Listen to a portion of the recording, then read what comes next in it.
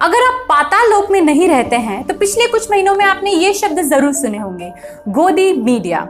और अगर आप थोड़े से भी पॉलिटिकली अवेयर हैं तो आपने ये शब्द भी जरूर सुने होंगे। ये BND है? तो बेसिकली आजकल मीडिया शब्द के आगे कुछ भी अनाप शनाप लगा दिया जाए कोई बड़ी बात नहीं लगती, जैसे कि गोदी मीडिया, बिकाऊ मीडिया, या फिर सबसे बेहतर ये, मैं तुम्हें कहता हूं, दलाल कहता हूं, और बताओ। तो सवाल ये उठता है कि कैसे हमारे इंडियन मीडिया की हालत इतनी खराब हो गई कि जर्नलिज्म की बेसिक वैल्यूज को मानने वाले और उसे सरकार से सवाल पूछने का एक जरिया समझने वाले जर्नलिस्ट अब कहीं नहीं दिखाई देते, और हिंदुस्तान की जनता सिर्फ ये सवाल पूछना चाहती है कि जो बन सकता था हमारे ऊपर जाने की सीढ़ियां, आज कहां है वो हमारा इंडियन मीडिया। और इसी पर बात करने के लिए आज हमने कोलैब किया है हमारे बजट में फिट होने वाले सस्ते पॉलिटिकल कमेंटेटर यंग मॉन्ग के साथ। तो दोस्तों, आज हम बात करेंगे उन 3 ईमानदार पत्रकारों की जिनकी पत्रकारिता को, यानी जिनके करियर को 2014 के बाद एक साजिश के तहत धीरे धीरे खत्म कर दिया गया। तो दोस्तों, आप इस वीडियो को पूरा देखें क्योंकि एंड में हम आपको ये बताएंगे कि इस प्रॉब्लम का सलूशन क्या है, यानी कि हमारे इंडियन मीडिया पे आया ये अकाल कैसे खत्म हो सकता है। तो दोस्तों, स्क्रीन पर आए इन 3 चेहरों को अगर आप जानते हैं तो इस वक्त शायद आप नॉस्टैल्जिया में चले गए होंगे। वो दिन याद आ गए होंगे जब टीवी डिबेट्स में सरकार के कामों पर सवाल और आलोचना हुआ करती थी। नमस्कार, आप देख रहे हैं TV9 भारतवर्ष। मैं हूं अजीत अंजुम। मैं अभिसार शर्मा। नमस्कार, मैं हूं पुण्य प्रसून वाजपेयी। जी हाँ दोस्तों, पुण्य प्रसून वाजपेयी, अभिसार शर्मा और अजीत अंजुम उन 3 पत्रकारों में आते हैं जिन्हें आप ट्रेडिशनल गोदी मीडिया के क्लब से हमेशा बाहर पाएंगे। लेकिन अफसोस की बात यह है कि इन तीनों ही पत्रकारों में से इस समय कोई भी मेन स्ट्रीम मीडिया पर मौजूद नहीं है। तो आइए 3 अलग अलग एग्जाम्पल से ये समझने की कोशिश करते हैं कि कैसे इन तीनों जर्नलिस्ट को मेन स्ट्रीम मीडिया से बाहर निकालने की साजिश रची गई। तो दोस्तों, शुरुआत करते हैं पुण्य प्रसून वाजपेयी से और बात करते हैं उस घटना की जिसके बाद सरकार ने पुण्य प्रसून वाजपेयी से पीछा छुड़ाने की तैयारी कर ली थी। बात थी 20 जून की, जब पीएम मोदी छत्तीसगढ़ के किसानों से अपने चिर परिचित अंदाज में संवाद कर रहे थे, जहां पर महिलाएं पीएम मोदी के सामने खेती से अपनी इनकम दोगुने होने की बात कर रही थी। और पहले की तुलना में आय कितनी बढ़ गई आपकी? अभी 2 गुनी हो गई है सर। अच्छा, और जो महिलाएं आपके साथ काम कर रही है उनकी आय भी बढ़ गई होगी? जी सर। देखिए, मैं किसान भाइयों में ये दिखाता है। दोस्तों, पुण्य प्रसून वाजपेयी ने जब अपने ग्राउंड रिपोर्टर्स को इस गांव में भेजकर सच्चाई का पता लगाने की कोशिश की तो उन्हें पता चला कि दिल्ली से आए अधिकारियों के दबाव में गांव की महिलाओं ने झूठ बोला था और उनकी आय के दोगुने होने की बात सरासर गलत थी। धान की खेती थी 2 एकड़ में, उससे कमाई दोगुनी हुई क्या? नहीं। कृषि विभाग के जो दिल्ली से जो टीम आया था उसको बताया गया था कि इस टाइप को आपको बताना है, उस टाइप की महिला बताई है। लेकिन सच्चाई में जो महिला, जो चंद्रमणि कौशिक जी ने जो कृषि में डबल गुण जो फायदा बताई है, वो देखने में नजर नहीं आ रहा है। 6 जुलाई को ऑन एयर इस प्रोग्राम ने सरकार के इस फर्जी दावे की पोल खोल दी, जिस पर सरकार की कड़ी प्रतिक्रिया आई। कहा गया कि यह खबर फर्जी है। राज्यवर्धन सिंह राठौड़ सहित सरकार के कई मंत्री और प्रवक्ता इस न्यूज रिपोर्ट को झूठा साबित करने के लिए मैदान में कूद पड़े। तब 9 जुलाई को पुण्य प्रसून वाजपेयी ने उसी गांव में फिर से रिपोर्टिंग करवाई, जिसमें सरकार की एक बार और किरकिरी हुई। मुनाफा नहीं हुआ है। तो आपको फायदा कितना मिला? जैसे आप 1 साल काम की, 2 साल काम? कुछ नहीं मिला है सर। वो हमारा 100 रुपया खुद भरते हैं, वो भी नहीं मिला। दोस्तों, इसके 4 दिन बाद शुरू हुआ एबीपी न्यूज के खिलाफ एक खेल। 13 जुलाई 2018 से शिकायतें आने लगी कि पुण्य प्रसून वाजपेयी के कार्यक्रम मास्टर स्ट्रोक के दौरान एबीपी न्यूज ब्लैकआउट हो जाता है, यानी कि स्क्रीन काली हो जाया करती है। तो दोस्तों, हैरत की बात तो ये है कि किसी और चैनल पर या फिर एबीपी न्यूज के किसी और शो के वक्त इस तरह की कोई प्रॉब्लम नहीं आ रही थी। हजारों लोगों ने मास्टर स्ट्रोक प्रोग्राम के वक्त काली हुई स्क्रीन के फोटोग्राफ्स लेकर के ट्विटर पर डाले। मुद्दा बढ़ता गया, लेकिन साथ ही एबीपी न्यूज पर दबाव भी। दोस्तों, 1 अगस्त को आया एबीपी न्यूज के मैनेजिंग एडिटर मिलिंद खांडेकर का इस्तीफा और उसके अगले ही दिन पुण्य प्रसून वाजपेयी ने भी एबीपी न्यूज छोड़ दिया। दोस्तों, पुण्य प्रसून वाजपेयी की पत्रकारिता सरकार की आंखों में कितना खटक रही थी, इसका अंदाजा हम सिर्फ एक बात से लगा सकते हैं कि उनके एक शो को देखने के बाद खुद बीजेपी के राष्ट्रीय अध्यक्ष अमित शाह को उनको फोन करना पड़ गया था। सुनिए खुद उन्हीं से। अमित शाह का फोन आया, मैंने एकदम फैक्चुअल है, इसमें कोई वो नहीं है, कोट कर रहे हैं। अमित शाह का फोन आया, उसने हमसे कहा, प्रसून जी आप गलत सलत खबर देते हैं,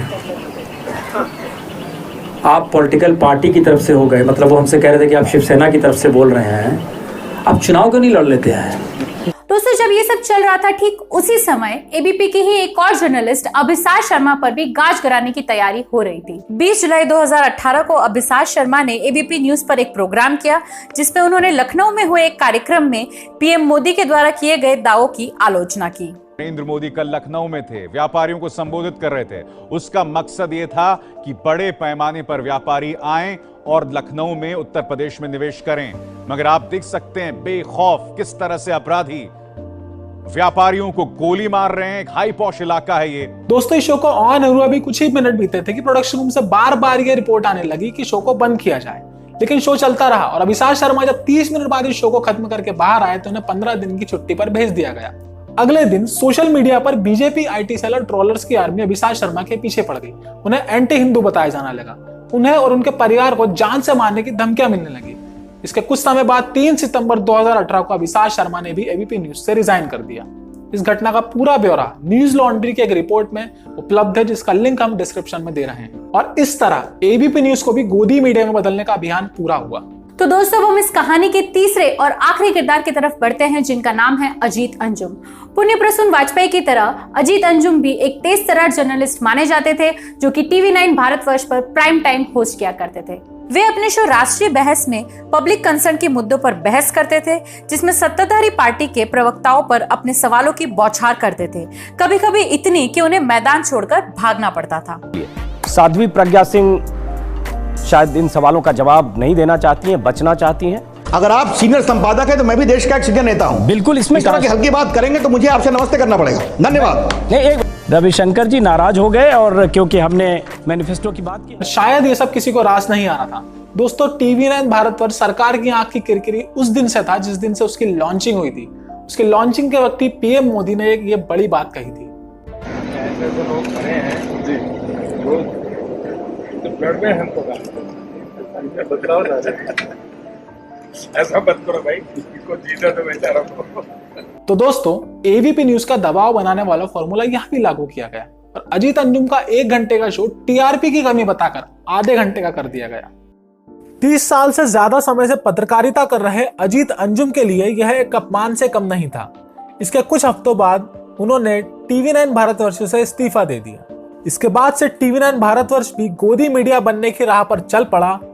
तो दोस्तों, अब हम ये समझने की कोशिश करते हैं कि सरकार के द्वारा इन चैनल्स पर प्रेशर बिल्ड कैसे किया जाता है। ये प्रेशर बिल्ड करने के 2 तरीके हो सकते हैं, जिसमें से पहला है प्रोफेशनल बॉयकॉट। इसमें शामिल है सरकार की आलोचना करने वाले चैनल्स को बॉयकॉट करना, उन्हें इंटरव्यू न देना, सरकारी मंत्रियों का बाइट्स देने से मना करना, डिबेट में अपने प्रवक्ताओं को न भेजना, जैसा बहिष्कार बीजेपी ने एनडीटीवी और रविश कुमार का कर रखा है।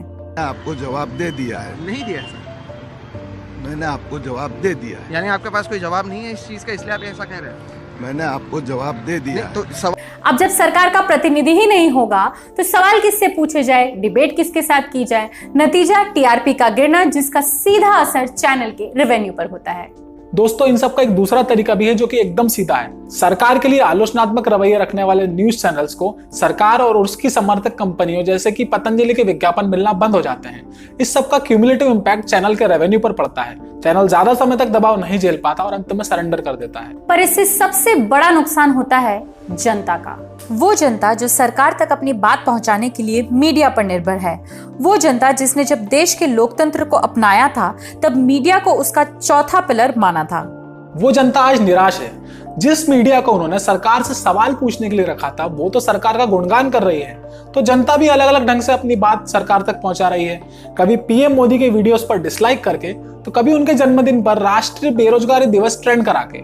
दोस्तों, निष्पक्ष पत्रकारिता की देश के भविष्य में क्या उपयोगिता होती है, इस बात से समझ सकते हैं कि गांधी जी ने भी अपने आजादी के हथियार के रूप में पत्रकारिता को चुना था। यंग इंडिया और नवजीवन जैसी पत्रिकाएं निकालकर देश की आम जनता के मुद्दों को अंग्रेजों और दूसरे लोगों के सामने रखा था। तो आइए देखते हैं कि इस प्रॉब्लम का सोल्यूशन क्या हो सकता है। ये सारे न्यूज चैनल एक कॉर्पोरेट की तरह ऑपरेट करते हैं, जो अपने रेवेन्यू के लिए एडवर्टीजमेंट्स और टीआरपी पर डिपेंड करते हैं। यानी कि आपसे मिलने वाले टीआरपी ही इन सारे चैनल्स का ईंधन है। दोस्तों, सरकार मीडिया को तब तक नहीं झुका सकती जब तक जनता उनके साथ है।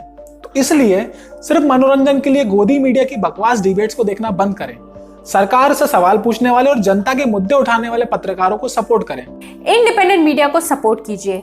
न्यूज लॉन्ड्री, क्विंट, स्क्रॉल और ललन टॉप जैसे ऑनलाइन चैनल्स पर जाएं, उन्हें सपोर्ट करें, क्योंकि ऐसे चैनल्स का ज्यादातर रेवेन्यू जनता के सब्सक्रिप्शन से आता है और इसीलिए वे जनता की खबरें दिखाते हैं। इसके अलावा ऑल्टरनेटिव मीडिया प्लेटफॉर्म जैसे कि यूट्यूब या इंस्टाग्राम पर हमारे जैसे इंडिपेंडेंट वॉइसेस को सपोर्ट करें।